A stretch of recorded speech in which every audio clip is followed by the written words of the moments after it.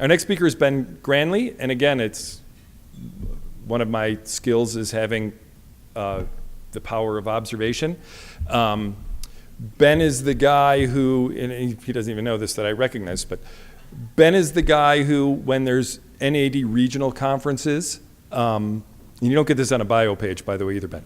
When we have NAED regional conferences, at the beginning of the day, we have education sessions that aren't necessarily incredibly well attended because people go to the conferences and all they care about is doing business and making sales and dollars, dollars, dollars.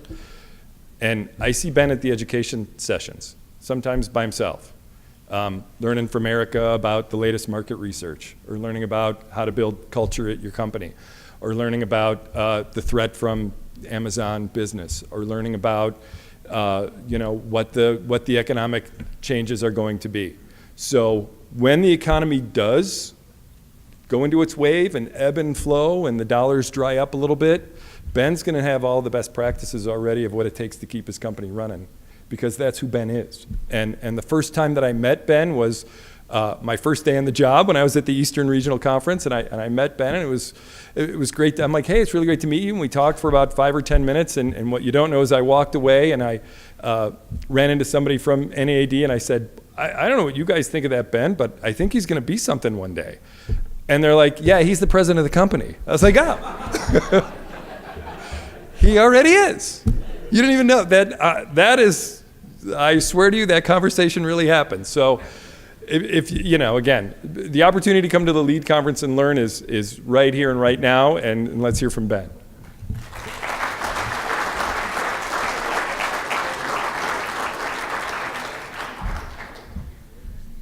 All right. Well, this is a humbling group to have the opportunity to speak to. So thanks for that. Earlier today, we had the opportunity to do our roundtables as groups, and I had the pleasure of going around with Eric from Stoneway, and we had this is slanted, by the way. I'm going to put that right there. Go around and just talk, right? A lot of you were there. That was really good.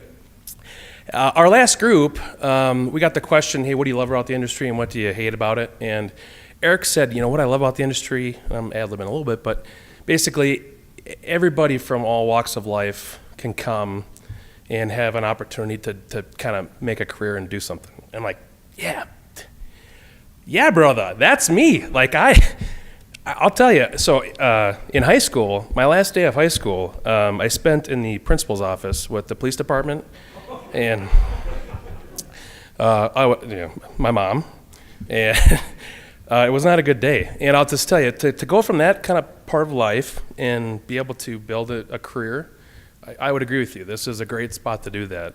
I have bad execution on senior pranks, and that gets me in trouble sometimes. But you kind of learn things in life, right? So it's okay.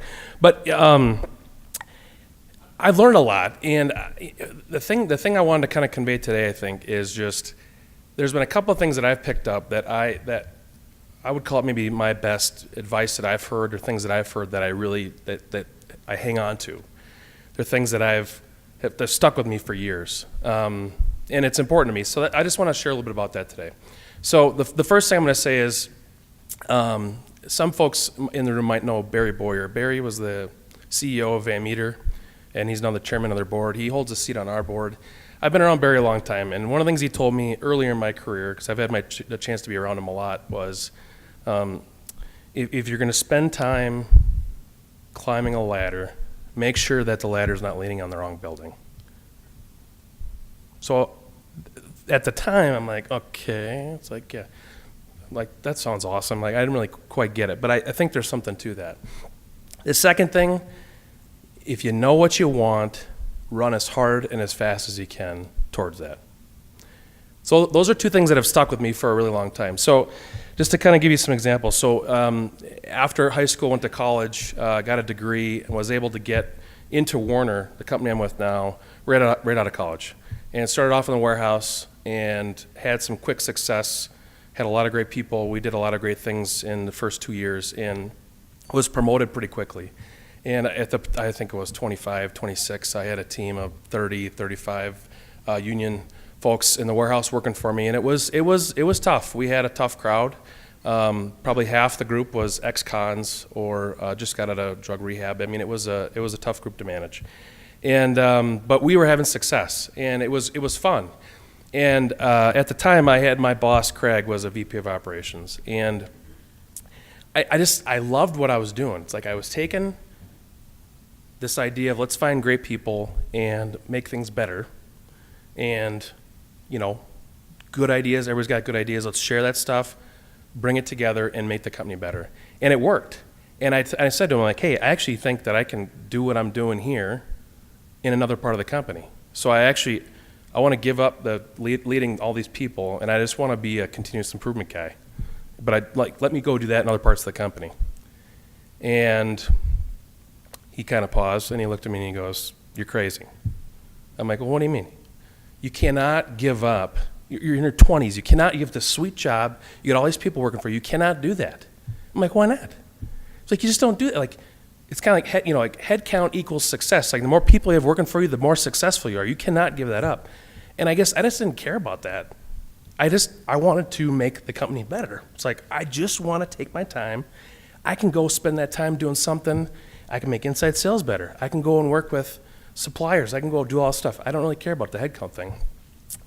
But it was important to me at the time. And as I think back on that, why it was important, I think when you think about, the advice I got from Barry, if your ladder's leaning against the wrong building, what does that really mean? It's making sure that you're investing your time and your resources in who you are with a company that believes in who you are and it's the right place. And I think that speaks to culture. I heard a lot from the group today, a lot of questions around culture. I mean, it is so important.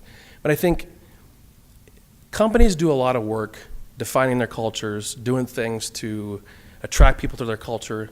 But I feel like there's a lot of folks that don't necessarily think about themselves. They don't think about, well, who am I? Like, what are my values personally? Who am I as a person? Because I think you got to do that work on the front end to really understand who you are, to know if you fit with where you're going. One of my values, personal values, is be a builder. Be a builder of people, be a builder of things, processes, businesses, ideas. And at the time, for me to step out of that role and get into continuous improvement, the company was letting me be a builder. I'm going to go off. I got a role it's not a job that's posted. I get to go create something new. But it opened doors for me. It opened the opportunity to make process improvement happen. I got a global perspective of the company that I was not expecting that really opened my eyes to learning what it is that we do and what it was all about. I also got the opportunity to start to work on relocating the company to a new facility. These are things that never would have happened before, but to have a company that their value in me aligned to what my personal value was hugely important. So I think to know that you're in the right place, knowing who you are, and knowing what your personal values are, and making sure that those are aligned to where you are in your career and the company that you're with is massively important. Because I think when it comes to leadership, as you get more responsibility, you're going to be tested, and things are going to be thrown at you that you're not ready for. Things that, you got people that have deaths in their family, cancer, all kinds of crazy stuff, and good stuff, like people getting promoted around you and all these things going on. And I think if you don't spend the time to really understand who am I, what am I all about, when you get those tests, it's really hard to know what to do. But if you spend that time and understand, hey, this is who I am, this is what I'm all about, it really gives you that compass of knowing what you're going to do and how to make decisions. So I think that's really very important. It's something that I've done. So my personal values are integrity, trust, be a builder, have fun, and no fear. And so that's what I'm all about.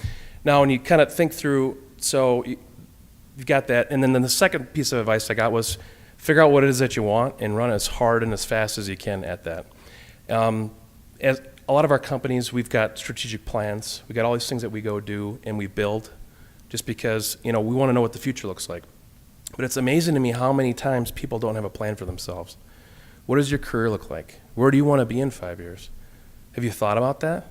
Because I've been thinking about that for 10 years, and I every year have a plan. I write it down. It's accountability to myself. Am I hitting my plan or not? Am I on the right path? Because the same thing. I'll just tell you right now, there is more people leaving the industry in the next 10 years than coming in. That's the problem right now. And the people in this room, you're the sharpest, smartest people that we've got because you're here learning and investing in yourself. You're going to get job opportunities. You're going to get promotion opportunities. I think you got to really spend the time now to figure out, what do I want? Where do I want to be? Where do I want to go? What kind of company do I want to work for? What kind of work-life balance do I want? How much money am I want to make? All those things. You got to write it down because you're going to get stuff thrown at you. And if you don't think about it now, it's really, really easy to make the wrong decision when that stuff comes up. I'll give you an example. We had a gentleman working for us named Dave, amazing solar guy. And he got a job offer to go work for one of our best customers for a lot more money, like double. It's like, he's like, all right, I love you guys, but that's double. I'm leaving. It's like, oh, man. Yeah, and we were like, we tried to kind of compete, and it just didn't work. So he leaves. And I call him, this is recently. I called him about 4 weeks later. Yeah, I'm doing okay. It just didn't quite have the spring in his step. Call him about 3 months later. Hey, how's it going? And he goes, when I was at Werner, I never looked for a job. I've looked for a job 3 times in the last 3 months. It's like, wow. So he left just for the money. Wasn't quite thinking through exactly what he wanted and what he was doing. You guys are going to have those opportunities. I've had that opportunity. You've got people calling. You got recruiters that'll throw money at you, an opportunity. I think you got to think through what is it that you want to do and where do you want to go, because it's easy to take that stuff and go, wow, I'm going to have a bigger role, more responsibility. But I'll tell you, if the company's culture stinks, it'll be one of the worst things you've ever done. And I think you got to have a plan for yourself, have that thing ready, and do it now, because when those things come, you want to be ready to make the right decision and do that in a way that is in alignment with who you are and where you're going. And I think if you do that and you've got that plan and you run hard and fast at it, you're going to have success. And I think there's so much opportunity in this industry. I mean, the sky's the limit. When I was in college, my one of my best friends, his dad owned a concrete company, and I needed a summer job. And I don't know if anybody's ever worked concrete. Man, that is tough work. And it's one of those times in your life you think, like, I would rather work with my head and not my hands my whole life, because it was that bad. So I was a block laborer, so you think cement blocks. All I did all day was haul cement blocks and mix mud. And I had fun. The guys were fun. But my friend's dad told me, he said, he goes, I started in the field. And he goes, if you put the time in the field, learn our business, and if you move into the office and learn our business there, you can run this company someday.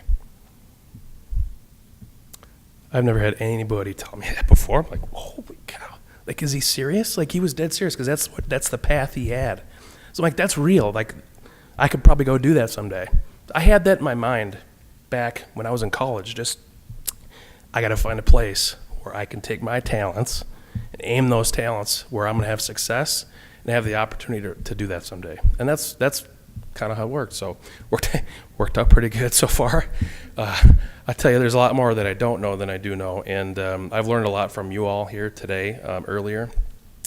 You are a sharp group of people. So I just want to say thanks for the opportunity.